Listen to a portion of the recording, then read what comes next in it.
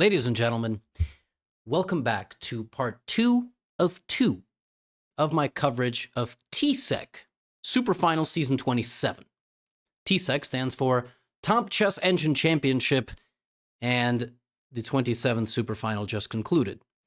If you missed part 1, I'll put a link in the description. That video was called Stockfish Gets Absolutely Embarrassed.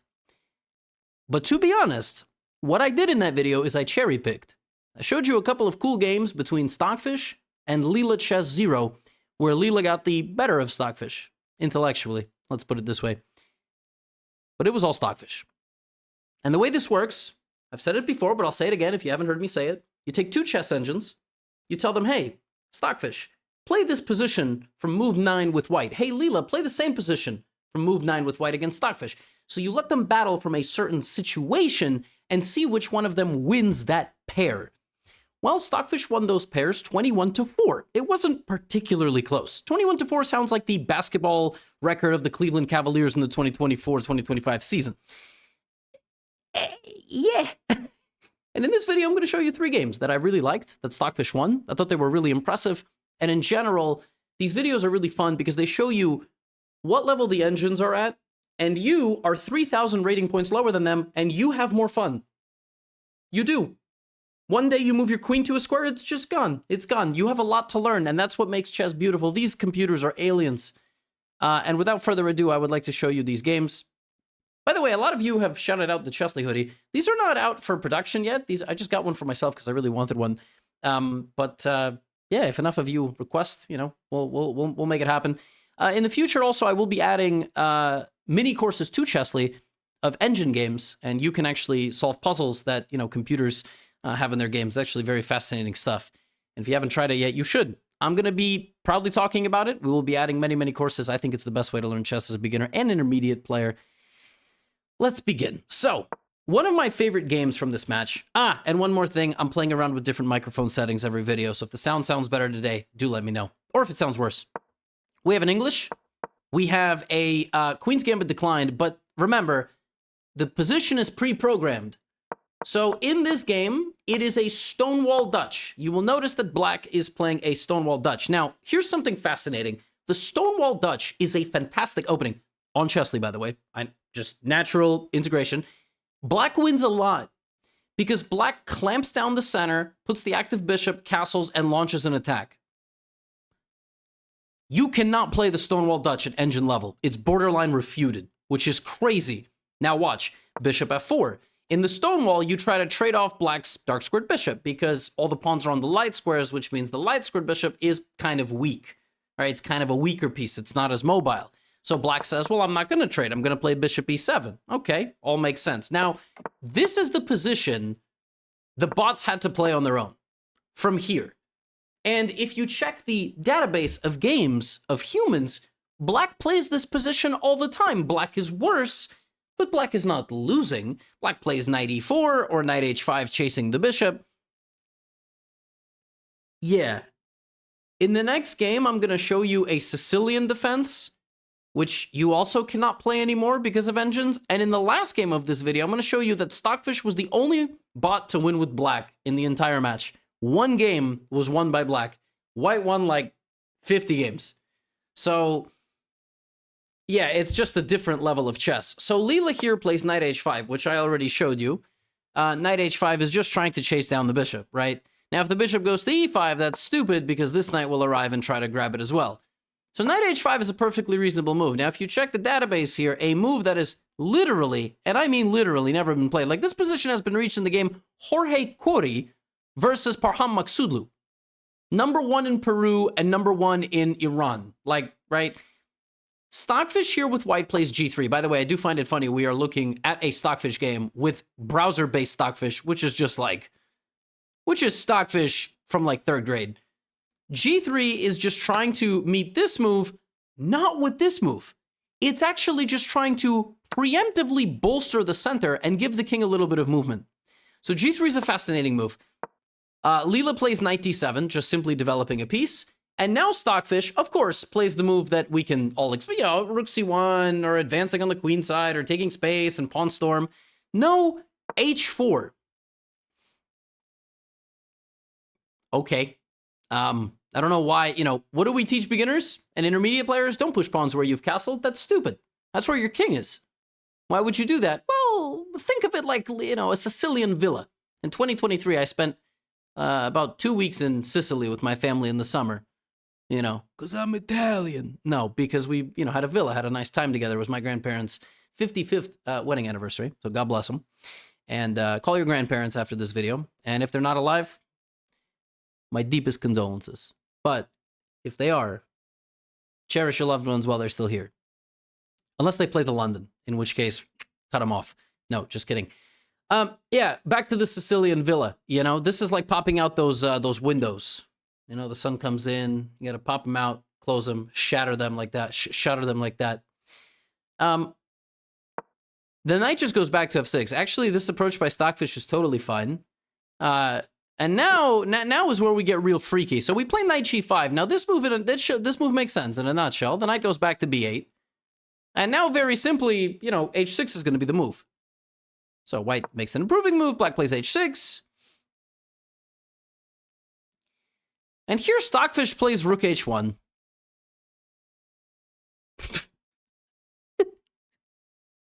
To understand, Stockfish has refuted the stonewall. The stonewall Dutch is a little bit worse for black in practical play, but at a low level, it's very easy for black to get an attack. Yeah, Stockfish just plays g3, h4, king g2, puts the knight on g5, and is like, you can't take it. You cannot take the knight. Leela doesn't really believe anything that Stockfish ever does. And also, bishop h5 is basically the way you force the capture.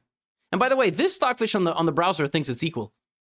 And here's the thing, if you don't take the knight, like if you just play a waiting move, I play bishop g6, and if you still don't take the knight, guess what? I bring in the queen, and if you still don't take the knight, I play bishop f7 and queen g6, and you just lose. So, at some point, the knight is not just a Trojan horse.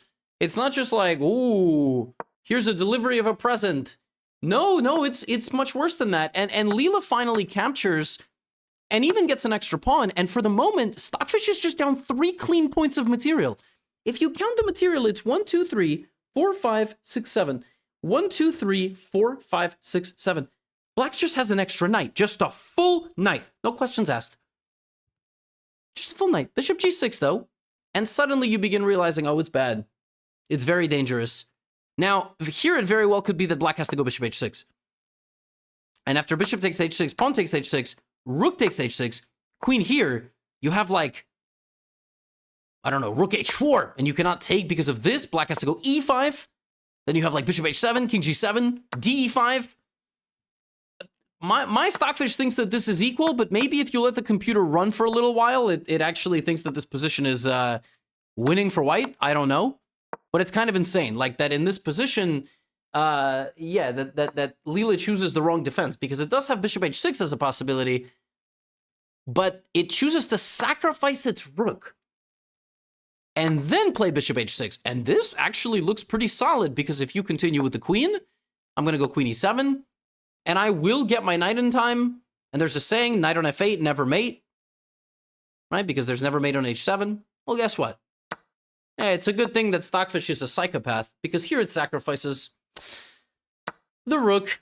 Rook takes h6, and again, black just has 4 pieces, all right? Black just has 4 pieces, but they haven't moved. So queen h5, and you would think, oh, easy, king g7. No, because you cannot stop mate. You can't stop it. You can't stop queen e5. Here, bishop f7, you lose the queen. So somehow it's just over. Queen f6, rook g1, not rook h1 supporting the queen, or queen h6. Queen h6 would be wrong because this would be a queen trade. Rook g1 is insane. And the threat is more powerful than the execution, because guess what? The king is going to run this way. King's off, king's running.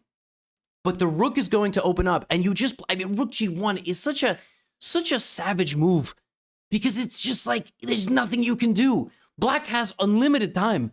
So guess what black is going to do? Run! I'm also going to run, and black is going to run, but it's too late. Rook into g6, and it's not just the black king that's weak, it's the black queen that's weak. Queen h4 check. The knight has to block, But now black is out of time. Black can't defend fully. Black is trying to activate the bishop. Now, make no mistake, you give black 2 moves, black is going to be fine. But the thing about engine games is they are ruthless. When they have an advantage, they never let it go. Now it plays again the best move, queen g5. It's hard to even understand why that's the best move. Because after bishop a6, you know what the best move here is? It's not f5, it's not queen e5, there is no queen g7. The point was to stop the black queen from activating. If in this position you went running, black would have enough time to defend their position against various things and maybe even get the queen to g7, but you can't even do that.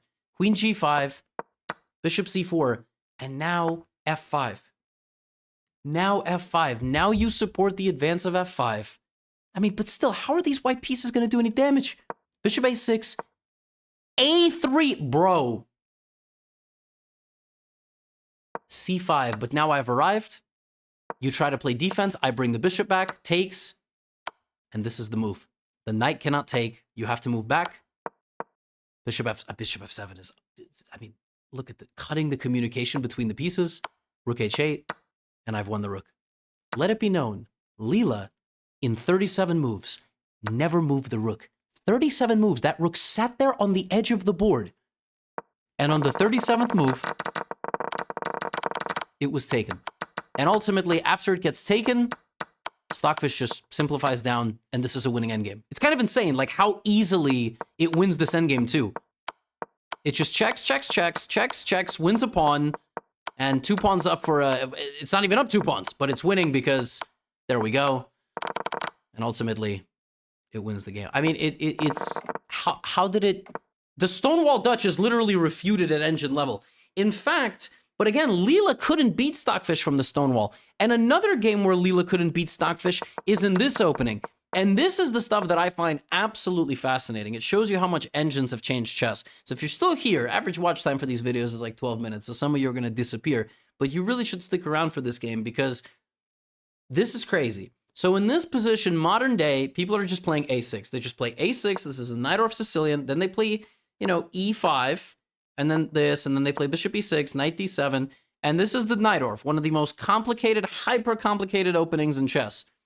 What Garry Kasparov used to do, Kasparov is widely regarded as the GOAT of chess. There's this debate, Carlsen, Kasparov, all right?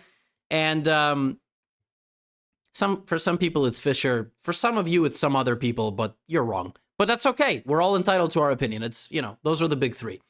Vishy Anand is a legend. Where he fits in the GOAT debate is, you know, and then there's others like Paul Morphy, I mean, etc. But it's really down to Kasparov and Carlsen. That's for most people. Garry Kasparov used to play e6 all the time. This is called the Scheveningen, whatever you want to call it. Dutch folks, nobody knows how to say anything in your language. Stroopwafel. This opening has been borderline refuted by computers. Why? Because of the move g4. It's called the Keres attack, named after Paul Keres. Finnish. I think he was Finnish. God, I hope he was Finnish. I'm going to look this up. Wait, I'm suddenly getting... Estonian! Estonian, yes, I knew it was Baltic. Sorry. Estonian. I don't mean to mix you up. I'm so annoyed. Yes, I was like, I don't think he was Finnish. Estonian. Keres attacked like this because now the bishop no longer sees the square. And this is why nobody plays this anymore. And this game is why. a6, bishop g2. Now, you may be wondering, why did the black knight go there if g5 never... Because it's going to. It's just going to. Like, black is flinching, reacting to a feint in boxing. And also, it's going to happen anyway. And what's crazy, and by the way, the book ended like somewhere here. So here, the computers are on their own. But this, watch as Stockfish demonstrates why this opening that was so popular in the 80s and 90s, and even early 2000s, just literally isn't played anymore ever.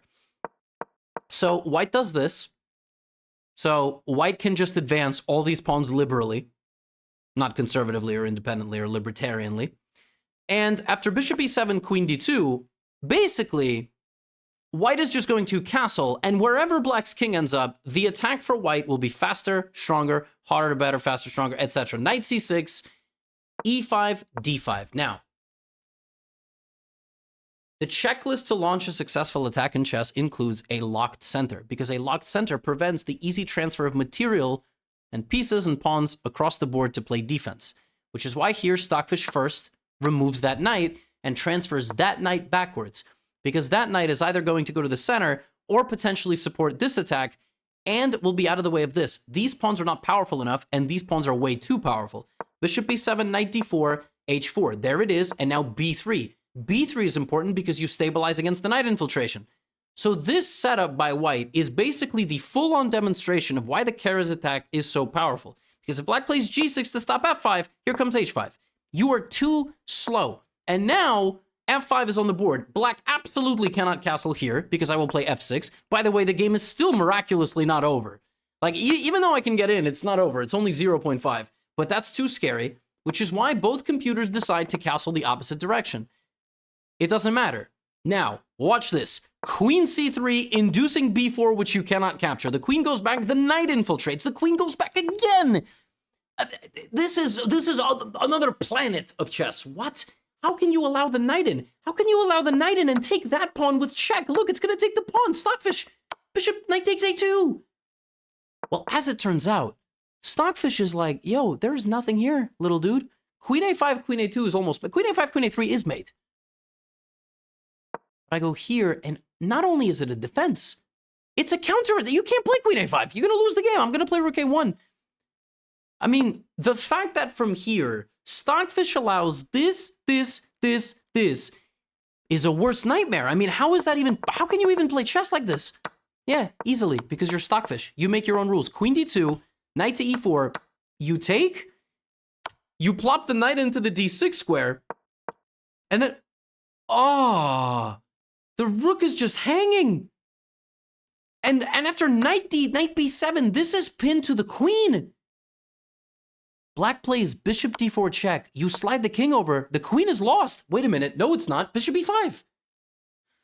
Yeah, Stockfish had all of that planned out. Bishop takes, queen b4. Stockfish is still down a rook for a knight with a pawn 2 squares from queening. And it's Leela's move. It can attack the queen. Yeah, good thing Stockfish planned all of that. Queen b6. Creating unstoppable threats against the king, and you cannot play defense with the queen because you would lose the rook, and there are no checks. How are there no checks?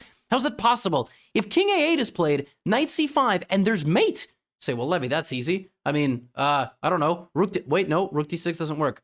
Queen d5. Yeah, queen d5 would be nice, except there's this, king c7, queen b6, and mate. So that doesn't work. How is this pawn defending everything? How did Stockfish have all of this planned out? I don't know. How many licks does it take to get to the center of a Tootsie Pop? Like 20% of the audience doesn't even know that joke because they weren't alive when that was on TV. Queen c7, queen d4, and for a second game in a row, we go to an endgame where Stockfish is just winning. It's just winning. d2, queen g7, this is a queen, that's a queen. Queen c1 check, oh my god. Queen c1 you cannot take because you queen with a check? Yeah, all of that was planned out. Here, block. GG. White is winning because white has more pawns, and white's going to win every endgame. Take, check, here, check, here. It doesn't matter. White is winning. The thing is, humans might screw this up, but not the engines. And Stockfish just walks forward up the board. It's not going to ever lose a pawn. Queen d5. King goes all the way up. Look at that. This is ruthless stuff. h5. It's not even, it's defending everything. And it's constantly threatening the king. It's threatening queen g8 and queen h7. It's so ruthless. It just got a pawn all the way through. King b5, and that's the end of the game. Stockfish basically showed why the Scheveningen is not played anymore. Nobody plays like this because it just sealed the position shut completely. And yet, do you know how many humans would lose this position with white? Not against Leela, just like in general against each other. It's not clear at all for humans, but it is so ruthless. I mean, the engines hang pawns, left and right. Queen e5, The ideas of long castling and just like king in the center, just insane. And like I said, the only game won in the entire match with black was Stockfish. And again, they gave it an advantage, but they gave both computers the advantage, right? So here's the game. E4, knight f6, the Alekhine. Why? Here's something crazy. Leela and Stockfish played 1926 game between Nimcevich, the guy that wrote My System, and my book, How to Win at Chess, The Ultimate Guide for Beginners and Beyond, has to compete with that book. But My System is really a book for like advanced players. I've never actually fully read it cover to cover. Nimcevich Alekhine. Nimcevich, like the Nimcevich, the Nimcevich defense, Nimso-Indian, versus Alekhine, the guy that literally invented this opening. And this game was super goofy. It was a very odd opening. Knight e4 was a structural mistake, but at the time it was considered a pretty decent move. And both computers had to play this position with both colors. Leela couldn't win with black. So knight f3 was played, black went g4, and this is the position that we basically have to work with. I mean, I think they left the book around here. Maybe after g5. This was the position. So black is better, despite having a very strange structure. Black is better because white struggles with development. Black is better because this pawn is a protected pass pawn. It's got no pawns stopping it from walking forward. It only has pieces. A knight on that square would be great. Like if white could go, you know, like this. I don't know why this would be possible, but a knight on d3 would actually make the position very tolerable for white, minus the fact that the king can't go. But yeah, that's not possible. So a3, bishop d7, and now you are going to watch what happens if you give Stockfish dominant control of all three sides of the board. It's restricting white on all three sides, center, king side, queen side, okay? a4, disallowing any advancement over there. H3, queen h4, losing the right to castle. Rook g8, obviously threatening an attack on the white king. The bishop goes to e1, g3. G3 is a weird move because it feels like you're sort of locking your progress, but f4 is hanging. Now, if you defend f4, here comes bishop h6, which is why here Leela needs to sacrifice its pawn, which Stockfish doesn't take because it would have gotten its queen stuck. h4, rook g4, they trade pawns, and then Stockfish is like, well, the only real way way to make progress into the position and into a Gotham video is to sacrifice the rook. Just gives it up. Why? Because Stockfish operates on relative value. It's a term I kind of made up, but relative value in chess is the value of a piece as the game is going. And when you sacrifice like this, that's not a 3-point bishop. This will be a 4-point bishop, because that bishop will stand unopposed. Queen h5, long castle. Stockfish is down material, but because it has such a severe restriction on white's pawn play, white can't move.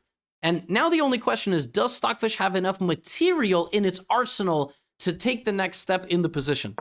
The knight goes back to g6 because the diagonal is reopening. This is on the way, and so is rook h8.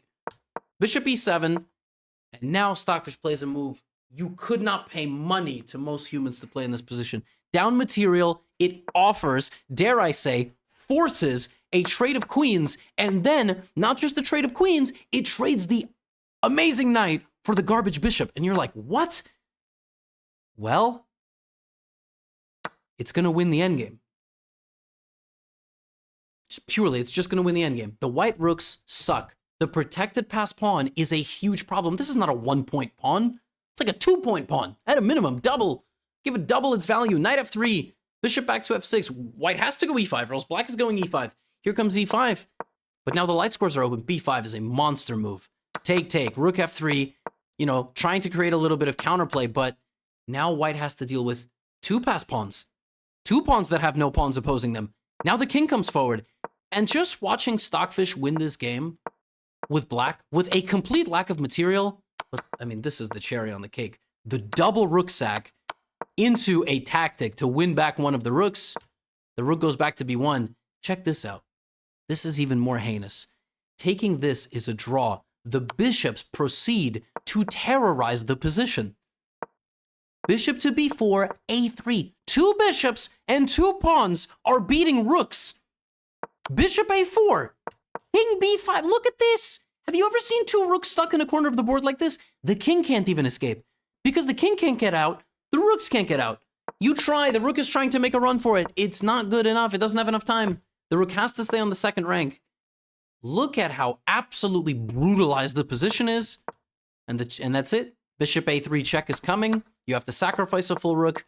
You couldn't do it with two rooks. What makes you think you're going to do it with one? If takes, bishop b3, d2, the pawn is no longer pinned. And Stockfish is going to get it done, taking all the pawns. And Leela resigns here because in a shocking turn of events, it thinks that Stockfish can actually win with two bishops and two extra pawns. I mean, have you ever seen something like this? Two bishops and two pawns. Just incredible. Unbelievable. It was the only one to win with black. Yes, it had an advantage from the opening. Leela had the same position. It couldn't win. So Stockfish wins 21-4. It was not competitive in season 27. All right? And I don't know how many seasons Family Guy or The Simpsons had, but there's only so many of these seasons we can continue to see before we go, we know all the punchlines and the jokes before they happen. But yeah, otherworldly chess is always very fun to watch. I hope you enjoyed. If you're watching this in the future, you know, you can click the link in the description to watch part 1 when Leela had its couple of bright moments. But yeah, Stockfish is a monster. And, you know, oftentimes people watch this video who aren't watching too many in the chess world, and they go, what about that video of Alpha Zero? Yeah, that was 2018. The chess world has changed a lot. That was a temporary DeepMind / Google project. If they came back with AlphaZero, yeah, they would probably be the champions of the world. They just solved the game and left, basically. They didn't really solve the game, but, you know. Yeah, they left their imprint and then they departed. Folks, appreciate y'all very much. If you're watching this, you're new to the chess world, I've got plenty of beginner and intermediate content for you. Check out Chessly for 7 days for free. No card is required at all. You can check out all sorts of courses there. Got over 50 of them, maybe even more when you're watching this. And many more to come. That's all. Get out of here.